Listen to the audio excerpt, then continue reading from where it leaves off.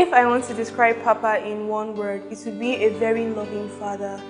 Papa, you have been so inspirational, not only to me, but to all the children in TTC Wisdom Center. And on behalf of all of us, I would love to say thank you, sir. Thank you for being a loving father. Thank you for being a very good friend. Thank you for taking care of all of us.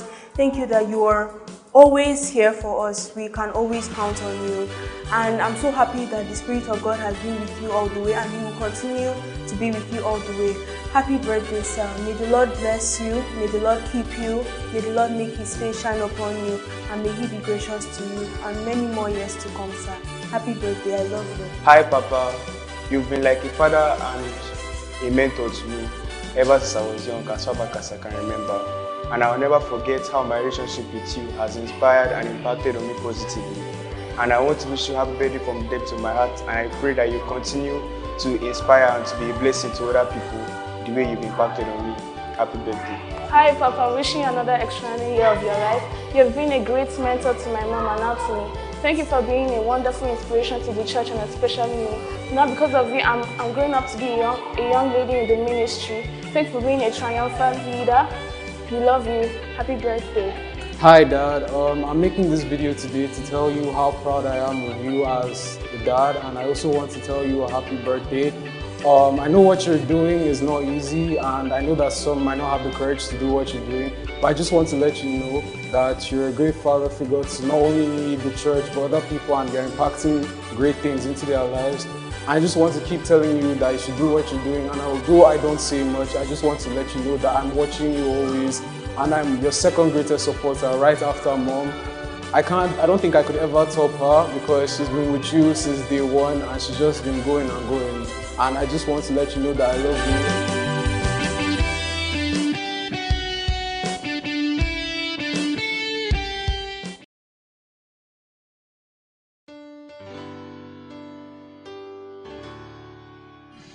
Happy birthday to you, dear Reverend Sam. I join the millions you have blessed and changed on this special day of your life to just pray and speak a blessing. Thank you so much. You have been an amazing man of God. You have been an amazing man. You have been an amazing leader. And I thank God for the privilege of friendship, of brotherhood, of connection. You truly are a great man and you're a good man. Thank you so much. My prayer is that the Lord will take you from glory to glory, that the Lord will bless your ministry, He will bless your family, He will bless all that concerns you. This is your day. Please take the time to let the people pour back into you, just to minister to you and bless you. I'm standing by and with you in prayer, and I pray for many more decades of fruitful living. The Lord bless you. Happy birthday from me.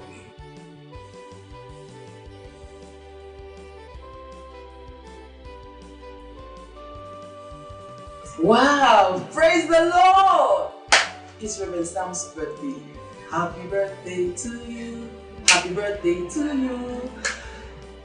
Reverend, I want to say a big thank you for all the things that you do in the body. May the Lord bless you. May the Lord make His face to shine upon you. May the Lord make His countenance to shine on you and shine on the assignment that He has given you. The Lord honor you. The gates open for you. The people accept you. There's more ahead. I can see more ahead. As you celebrate this birthday, there's a new season coming. And so go ahead and enjoy the new season. I just want to say that I and my family will love you. God bless you.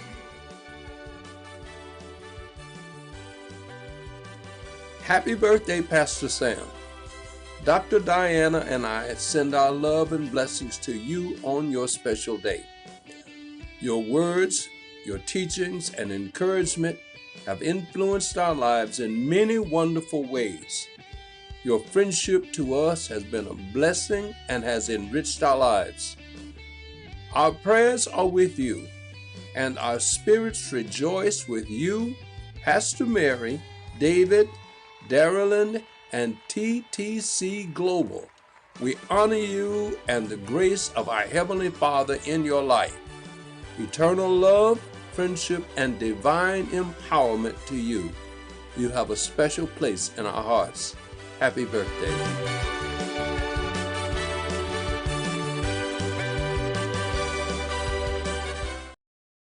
Hello, how are you doing? Welcome to For Relationship Masterclass today. My name is Sam Oye, and it absolutely gladdens my heart to connect with you and your loved ones as we talk about one of the most remarkable subjects that anybody will must give attention to on this planet called Earth.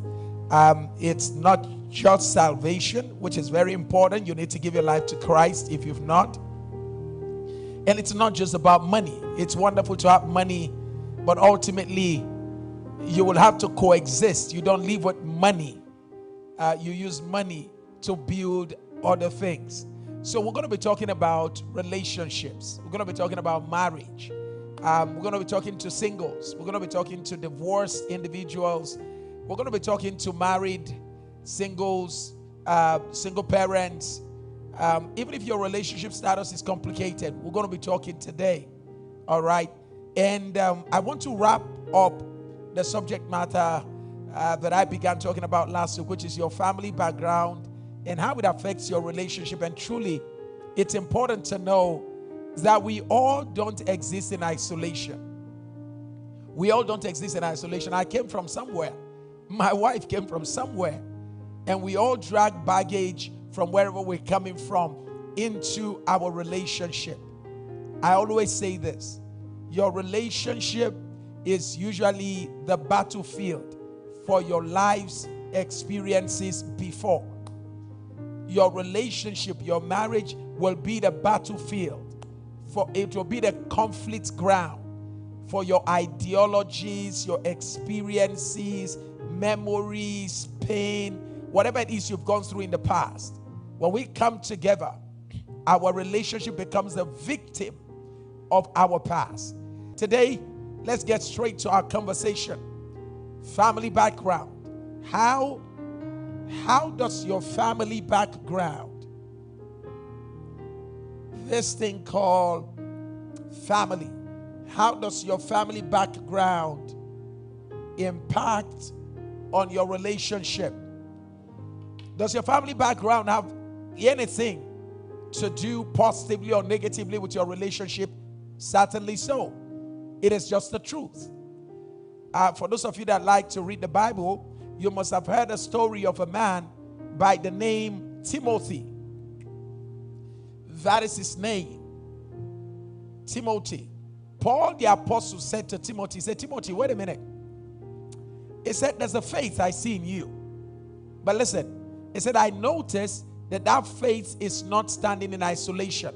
Listen to what Paul said. Paul said, I trace this to your grandmother.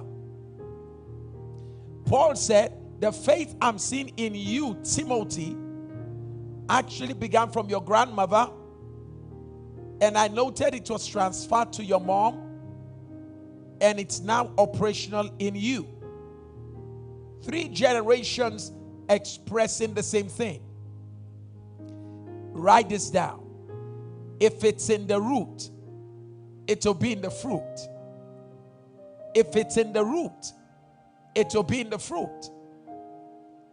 Abraham lied, Isaac lied, Jacob became a liar. The 10 sons lied back to Jacob. If it's in the root, it will be in the fruit. Never forget that your family background will be one of the major reasons for your relationship and family crisis. Your family background, where you come from, what happened there, will be greatly responsible for some of the things that you're going to be having as challenges in your relationship and marriage. Why? Before you left home, you picked up some philosophies, ideologies, concepts, way of life, worldview, family view, cultural view. You picked up some of these things. Somebody else will be the victim of all that you picked if they are negative. That is why it's good for us to stop now. You know, I love something. Every time you want to travel, at the immigration post, they will ask you to put your bag down and search the bag, because there are some things that should not travel with you. Those things may be good for your house, but they are not good for the flight. All right? They may be very nice stuff. They are very good in your family. They are okay. But you can't travel with them, because traveling with them will endanger the lives of so many other people. So there's this place where checks are done to be sure that your bag is not carrying anything that will be injurious to somebody else. In the same vein, I want to say to you, we've come to a critical moment in our lives as singles, married persons, divorced, separated, whatever the situation may be, when we need to say, listen, I don't need to check somebody else's baggage. Can I check mine? And be sure that I am not traveling and journeying into a relationship with things that can be injurious to others. It may be okay in my family. Nobody talks about it in my family. We are all okay with it. We have all become conformed. There's what we call sociological conformity, whereby everybody in the family has become conformed to the situation. What we are saying is, you can travel with it. You're going to damage somebody else's life if you go on with this. I like to put it this way: family background is the root.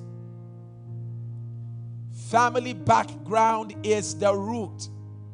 Remember that the root of all of humanity's problem began in a family with the man and his wife. The root of all problems on earth began with a man and his wife.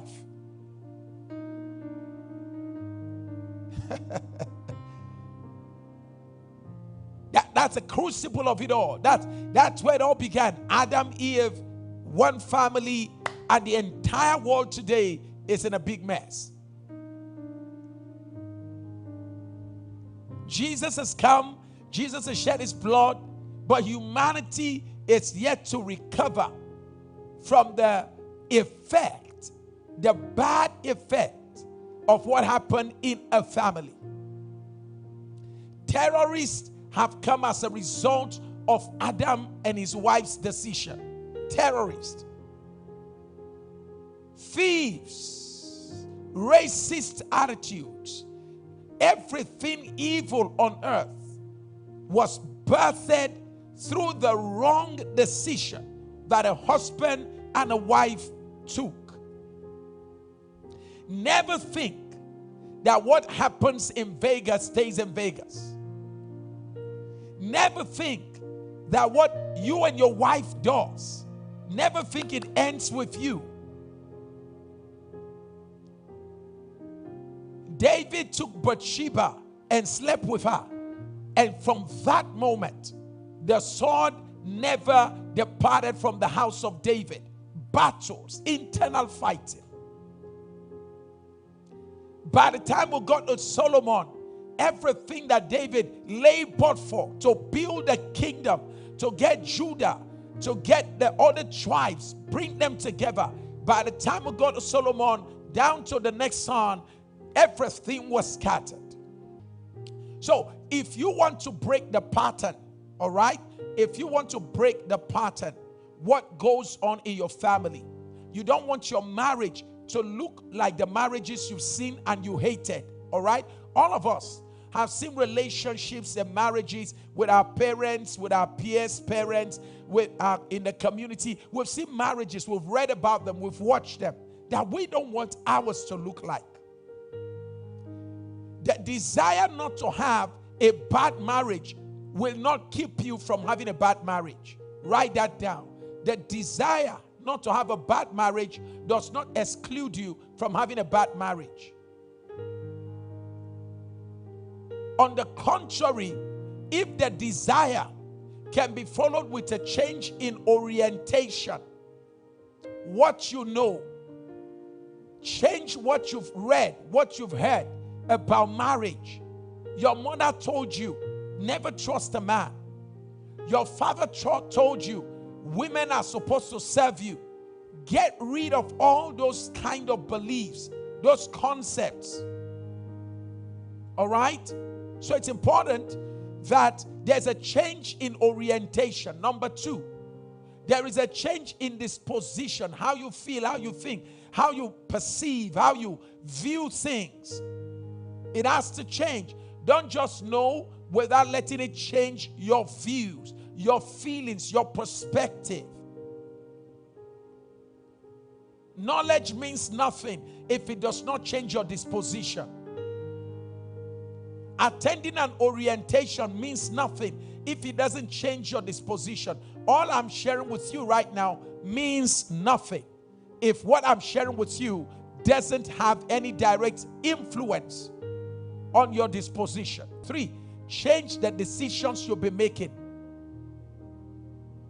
You cannot continue with the decisions you'll be making when you were single, when you were a teenager, when you were in your father's house. You can't live by those decisions and build a qualitative family. Carry values, but change decisions. All right. The next thing you must need to do is to change association. Sometimes, in order to build the kind of relationship you want, you need to change your association. All right? Yes. You may need to break off from some people who fuel the weakness in you. Can I say that again? Change your relationship. Disconnect from people who fuel the weakness in you.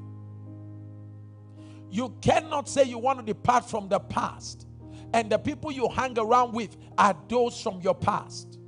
What they will do is to make sure they make you comfortable in your past. So in order to move to a new trajectory, to move to a new dimension, a new level, you need the incursion of new association in order to move outside your previous zone of comfort. So in order to be who you've never been, you have to be with those you've never been with. Wow. Write that down. In order to be who you've never been, then you need to hang out with those you've never been with. In order to become a son of God, you need to hang out with the Son of God. For as many as believe and receive him, he gave them the power to become the sons of God. To become what you've never been, you need to hang out with someone you've never been with. Be with a mentor who has succeeded in marriage and relationship. Let them share with you. If you can be with such a mentor, you can become the kind of man that your father was never. Let's get straight now. Family backgrounds that affect relationships and marriage. Number 1, divorce family background. This is where your parents were emotionally and physically divorced. Your parents lived in the same house, but emotionally were not connected. Or your parents had to go apart. Children from such kind of family backgrounds, if they don't do these 5 things that I mentioned, they are likely going to reproduce the kind of marriages that their parents had. Either a physically divorced marriage or an emotionally divorced marriage, whereby you are both together, you are deacons, you are pastors, you are bishops, you all serve God, people know you, you are popular, and then you go into the same house, drive the same car, but emotionally you live in different apartments. You sleep in the same bed, but emotionally in 2 different worlds. It's called emotional divorce. And it's a sign of emotionally immature parenting. When your parents were not emotionally matured, it results in having children who are emotionally divorced in their relationships. Now, authoritarian family background, we talk about that, where your parents are high on rules and regulation, no relationship. Very tough family. Disciplinarians. Don't laugh with your kids, don't hug them. Very tough. The only way you show you are a father, you are a mother, is by being tough. You are being feared. So those kind of children grow up, unfortunately, they get to produce a dysfunctional family too. Number 3, multi-partner family background. Polyamorous family background, where your father was polygamous. He had several women. Your mother was polyandrous. She had several men. Children from such home always have problems in their marriages, except they do the 5 things that I talk about. Number 4 is abusive family background. Abusive family background. You grew up in a place where you were verbally abused constantly. physically abused constantly, emotionally, psychologically abused constantly, sexually abused by the people you trusted the most. Children from such families grow up to become dysfunctional adults. Except these 5 things happen. All right? And I'll talk about that very shortly. We say that kind of family is a toxic family. Toxic family. The indulgent family background. Indulgent. And some of you watching me right now, you are either indulgent parents or you were raised by indulgent parents. Who are indulgent parents? Indulgent parents are parents who are very high on relationship with their kids. They play with them. They love the kids. They go out together. They dinner together. They party together. They dance together. Wow, there's relationship with the kids. But the problem is that in that family, there are no rules and no regulations. So whatever the kids want, they get. However they want to go, they go. Wherever they want to sleep, they sleep. Whatever they want to eat, they eat. What they want to drink, they drink. It's just, we love. We just love you. There's kids, whatever they want. If the kids cry, the parents cry. Listen to me. Kids, you don't show toughness today. Tender love with toughness. They will in the future give you pain. Kids must have a balanced dose of no and yes. There are times to say yes, and there are moments to say no. It is critical in parenting that we do not tend towards indulgent parenting, where in the name of we don't want to hurt our kids, we let our kids grow up with relationship without rules. Let's move to number 6 kind of family background that has negative effect on marriage. It is called uninvolved family. Uninvolved. This is a kind of family where the parents are not involved in the developmental stages of the children. Your parents don't know anything about your growing up. They just know you go to school, what you went through in school. They don't know how you finish university. They don't know. You just go, you come back. They see you dressing, you're looking nice. None of them ask you where do you get the money from. They are not involved. Your parents are not involved in asking you a question about what's your dream, what do you want to study, how can we be a part of it, are you sure this is the right thing you want it to do. They are not involved. You grew up on your own. You became an instant adult at infancy. You took on adult responsibilities when you were very young. You became independent too early. When you were supposed to be dependent, you were already independent. And you became independent and have lived independent almost all through your life. So much so that now when you are married and you need to be interdependent, you don't know how to be interdependent because you've never been dependent. You've only been independent and you don't know what it means to be interdependent. If you get married to someone who likes to relate and the person is reaching out for information and you are constantly distancing yourself, please listen carefully. Many of us who grew up in uninvolved homes, you create pain for people who want to relate with you. Because the closer they come, the farther you go. You are constantly pushing into your own shell. Here's a problem with kids from uninvolved family backgrounds. When you become mature and you get married, in marriage, the most comfortable moment in your life is when you are by yourself. So you frustrate your partner. Somebody married you to relate with you. But in marriage, you find it more comfortable to be alone. Whereas marriage was designed to stop the problem of aloneness. You came into marriage with somebody and you create the problem of aloneness again. My question to you is, what is the value of marriage? If you're married to somebody and you create scarcity of relationship with the person, what is the value of your presence in somebody's life?